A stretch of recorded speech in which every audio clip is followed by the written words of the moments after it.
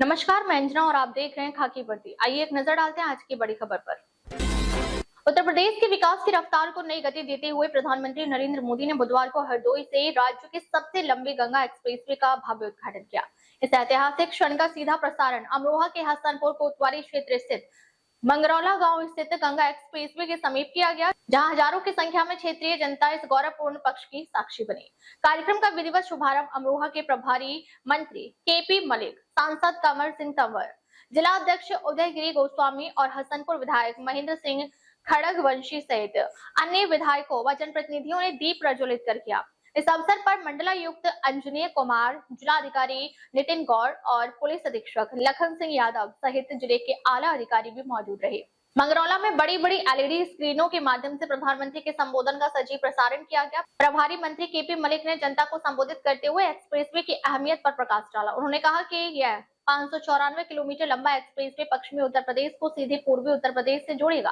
प्रयागराज से मेरठ की दूरी, जिसमें पहले 13 से 14 घंटे लगते थे, अब मात्र 5 से 6 घंटे में पूरी की जा सकेगी। एक्सप्रेसवे के किनारे औद्योगिक कॉरिडोर विकसित होने से युवाओं के लिए रोजगार के अपार अवसर पैदा होंगे। विधायक महेंद्र सिंह खड़गवंशी ने कहा कि मुख्यमंत्री योगी आदित्यनाथ के नेतृत्व में उत्तर प्रदेश आज निवेश और बुनियादी ढांचे के मामले में नई ऊंचाइयों को छू रहा है। उन्होंने इसे डबल इंजन सरकार की विकासोन्मुख नीतियों का परिणाम बताया। कार्यक्रम के दौरान सुरक्षा के कड़े इंतजाम रहे और भारी पुलिस बल तैनात रहा। कृपा बहाती हुई गुजरती है, इसलिए ये पूरा क्षेत्र ही तीर्थ से कम नहीं है। और मैं मानता हूं यूपी को एक्सप्रेस वे का यह वरदान, ये भी मां गंगा का ही आशीर्वाद है।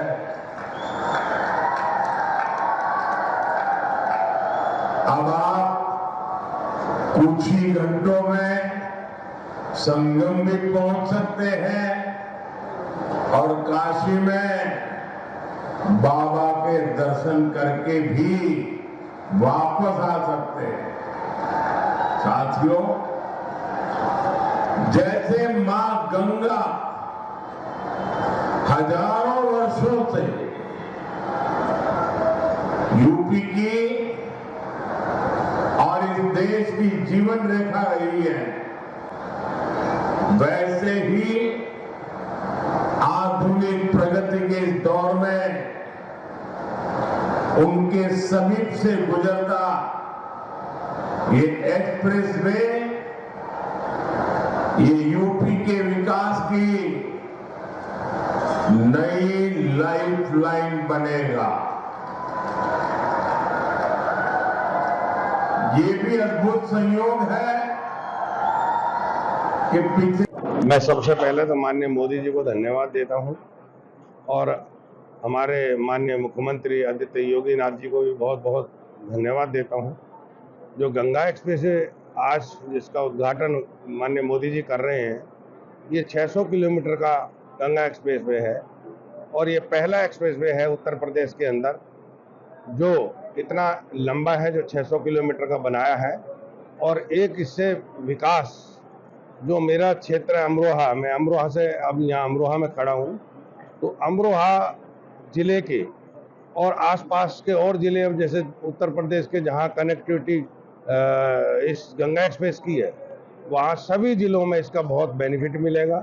किसानों को बेनिफिट मिलेगा, हमारे लोगों का तेज रफ्तार से, तेज गति से व्यापार, बिजनेस वो इससे बढ़ेगा।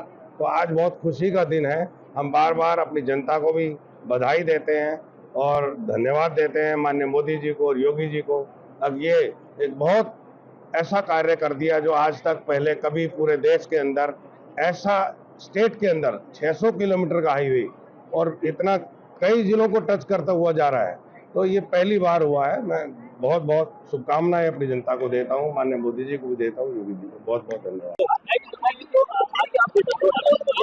आज जो हमारे गंगा एक्सप्रेसवे का लोकार्पण भारत के प्रधानमंत्री जी ने किया, उत्तर प्रदेश के माननीय मुख्यमंत्री जी का भी मैं धन्यवाद करूंगा और आज हमारे जो मुख्य अतिथि है इस कार्यक्रम के माननीय प्रभारी मंत्री आदरणीय केबी मलिक जी का हृदय से स्वागत अभिनंदन करेंगे और अपने क्षेत्र के लोगों का जो यहाँ इस कार्यक्रम में उपस्थित हुए हैं। मैं भारत के प्रधानमंत्री जी का धन्यवाद करूंगा जिन्होंने हमारे इस हसनपुर विधानसभा के लगभग 22 गाँव में होकर गुजरने वाला ये गंगा एक्सप्रेस वे ऐसी सौगात उत्तर प्रदेश के माननीय मुख्यमंत्री जी ने दी है जो सदा सदा के लिए हमारे क्षेत्र के लिए एक ऐसा रामबाण साबित होगा जो हम बहुत जल्दी यहाँ से मेरठ जा सकते हैं, बहुत जल्दी यहाँ से प्रयागराज जा सकते हैं। ये ऐसी सौगात उत्तर प्रदेश के माननीय मुख्यमंत्री जी ने जिसका लोकार्पण आज भारत के प्रधानमंत्री जी ने किया है। मैं धन्यवाद देता हूँ अपने हसनपुर विधानसभा की जनता को, इन्होंने भारतीय जनता पार्टी को वोट देकर हम सबको विधायक बनाया है और हमारे आज विधायक बनने से उत्तर प्रदेश के माननीय मुख्यमंत्री ने आज जो विकास और 4 चांद लगाने का काम हसनपुर विधानसभा में किया है और ये गोल चक्र आज मंगरौला पर होकर जो गुजर रहा है इससे हमारे क्षेत्र को बहुत बड़ा लाभ मिलेगा और आने वाले समय में यहाँ से उद्योग नगरी के लिए यहाँ पर माननीय प्रधानमंत्री जी ने उत्तर प्रदेश के माननीय मुख्यमंत्री ने एक बड़ी सौगात दी है कि ये उद्योग गलियारा बनेगा और इससे बहुत बड़ा लाभ यहाँ के किसानों को व्यापारियों को मिलेगा। आज हमारे इस कार्यक्रम में भव्य कार्यक्रम में हमारे मुख्य अतिथि के तौर पर अपने प्रभारी मंत्री आदरणीय केबी मलिक जी आए हैं। हम इनका स्वागत करते हैं, अभिनंदन करते हैं और आज जो जन सैलाब उमड़ा है हसनपुर विधानसभा की क्षेत्र की जनता को, सम्मानित जनता को, माता बहनों को भी मैं धन्यवाद दूंगा जो माननीय प्रधानमंत्री जी को सुनना है, माननीय मुख्यमंत्री जी को सुना है जिन्होंने और ये जीवन भर के लिए हमारे लिए रामबाण साबित होगा। बहुत बहुत धन्यवाद। विरार में प्रेम प्रसंग से सनसनी, मां बेटी की बेरहमी से हत्या, आरोपी ने की आत्महत्या की कोशिश। विरार पश्चिम के गोकुल टाउन इलाके की पूनम आकांक्षा बिल्डिंग से एक बेहद चौंकाने वाली और दिल दहला देने वाली घटना सामने आई है। यहाँ एक युवक ने अपनी ही प्रेमिका और उसकी मां पर चाकू से हमला कर उसकी बेरहमी से हत्या कर दी। इस दौरे हत्याकांड के बाद आरोपी ने खुद पर भी वार कर आत्महत्या करने की कोशिश की। फिलहाल उसे गंभीर हालत में विरार के संजीवनी अस्पताल में भर्ती कराया गया है, जहां उसका इलाज जारी है। घटना की जानकारी मिलते ही पुलिस मौके पर पहुंची और दोनों शवों को पोस्टमार्टम के लिए भेज दिया। वहीं घायल आरोपी को तुरंत अस्पताल में भर्ती कराया गया। तुमचं नाव काय, काय सांगा, काय घटना घडली होती या ठिकाणी? मी मीना उमरिया या पूनम आकांक्षा मधून बोलते। आमच्या इथे 11 11:30च्या आसपास इथे असं काच फुटला जोराचा की जसं काही गॅसचा ब्लास्ट झाला असा काहीतरी आवाज आला। आम्ही मला माहिती नाही फ्लॅट मधून काय झाला। आम्ही खाली येऊन बघितलं तेव्हा सगळे काचेचे तुकडे पडले आहेत, खिडकी हे झालेली होती। आम्ही आरडाओरड केलं पण कोण खिडकीत आलं नाही, म्हणून आम्ही लोकांनी पोलिसला बोलवलं। पोलीस आल्यावर पोलिसांनी बघितलं दार काही उघडत नव्हता, म्हणून त्यांनी कापायला लावला आणि मग बघितलं ते जे झालं असेल ते मी तिकडे बघायला गेलेली नाही। ते 11:30च्या आसपासची सुमारास काहीतरी झालाय। असा जोराचा आवाज आला की कोणाचा फोकस तुटला की काय, एवढा काचेचा मोठा आवाज आलेला की ब्लास्ट झाला, म्हणून काच तुटली काय झालं ते काय कळलं नाही। आम्ही आल्यानंतर आम्हाला कळलं। नेमकं या घरामध्ये कोण कोण राहत होतं? ते भाडीने होते, ते आम्हाला काही कल्पना नव्हती कारण ते लोक भाड्याने होते।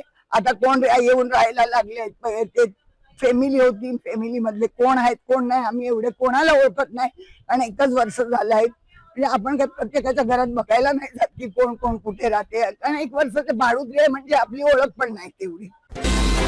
गोंदिया में भीषण गर्मी का कहर, 44.5 डिग्री सेल्सियस तापमान में गौशाला में पशुओं के लिए खास इंतजाम। गोंदिया जिले में भीषण गर्मी ने जनजीवन को पूरी तरह प्रभावित कर दिया है। तापमान का पारा 44.5 डिग्री सेल्सियस तक पहुंच गया है, जो इस सीजन का अब तक का सबसे अधिक तापमान बताया जा रहा है। तेज गर्मी से इंसानों के साथ साथ अब पशु भी बुरी तरह प्रभावित हो रहे हैं। पिछले 3-4 दिनों से गोंदिया जिले में लू का असर लगातार बना हुआ है। बढ़ते तापमान का असर अब गौशाला में रह रहे पशुओं पर भी साफ दिखाई दे रहा है। गोंदिया की एक गौशाला में हजारों गायों की देखभाल की जाती है। भीषण गर्मी से राहत देने के लिए गौशाला प्रबंधन ने विशेष इंतजाम किए हैं। शेड में पंखों की व्यवस्था की गई है, वहीं गर्मी से बचाव के लिए हरे मैट लगाए गए हैं। इसके अलावा दिन में 2 बार गायों को पानी से नहलाया जा रहा है ताकि उन्हें ठंडक मिल सके। पशुओं के स्वास्थ्य की निगरानी के लिए डॉक्टरों की भी नियुक्ति की गई है ताकि किसी भी तरह की समस्या होने पर तुरंत इलाज किया जा सके। फिलहाल गोंदिया में गर्मी से राहत के कोई आसार नजर नहीं आ रहे हैं। ऐसे में इंसानों के साथ साथ पशुओं की देखभाल करना भी बेहद जरूरी हो गया है।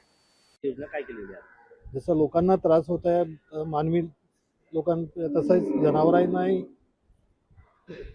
या उष्णतेचा खूप त्रास आहे आणि त्यासाठी आमच्या श्रीकृष्ण गौरक्षण सभेनं खूप चांगली व्यवस्था केलेली आहे।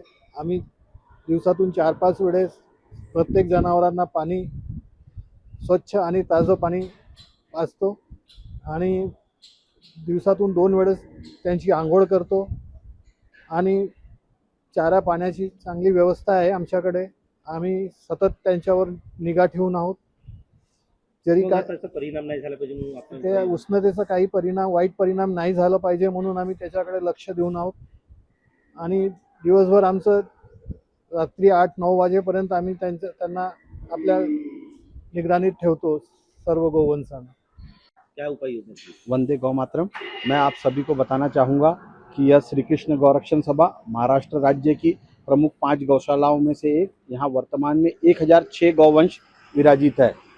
मैं यहाँ पे जिस प्रकार से 44 डिग्री का टेम्परेचर बहुत गोंदिया में हो गया है, उसके लिए हम लोग ने भरपूर व्यवस्था की है कि गौ माता को किसी भी प्रकार की कोई तकलीफ ना हो। जैसा कि आप देख पा रहे हैं, पूरे गौशाला परिसर को हरी नेट से कवर कर दिया गया है, जिससे कि गर्मी में काफ़ी बचाव हो रहा है। पूरी गौ माताओं को दिन में 2 बार पानी से नहलाया जाता है, जिससे उनके शरीर का तापमान गिरा रहे। 4 बार पानी पिलाने की व्यवस्था की गई है। दोनों टाइम दाने चारे की भरपूर व्यवस्था की। पंखे आप देख रहे हैं, पंखे पूरी व्यवस्था की गई है।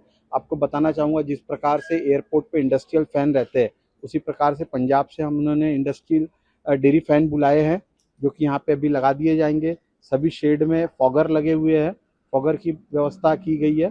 तो जितना हमसे संभव हो पा रहा है, ज़रूर हम लोग सभी गौ माताओं की ध्यान रख रहे हैं कि यहाँ 4 डॉक्टर फुल टाइम नियुक्त किए गए हैं, जो गौ माता का पूरा ध्यान रखते हैं और उनका शरीर का तापमान, यदि किसी भी प्रकार से किसी गौ माता को तकलीफ रहती है, तो दवाई पानी की भरपूर व्यवस्था यहाँ पे की गई है। अब तक के लिए बस इतना ही। फिर मिलते हैं एक ऐसी ही बड़ी खबर के साथ। तब तक नमस्कार और देखते रहिए खाकी वर्दी।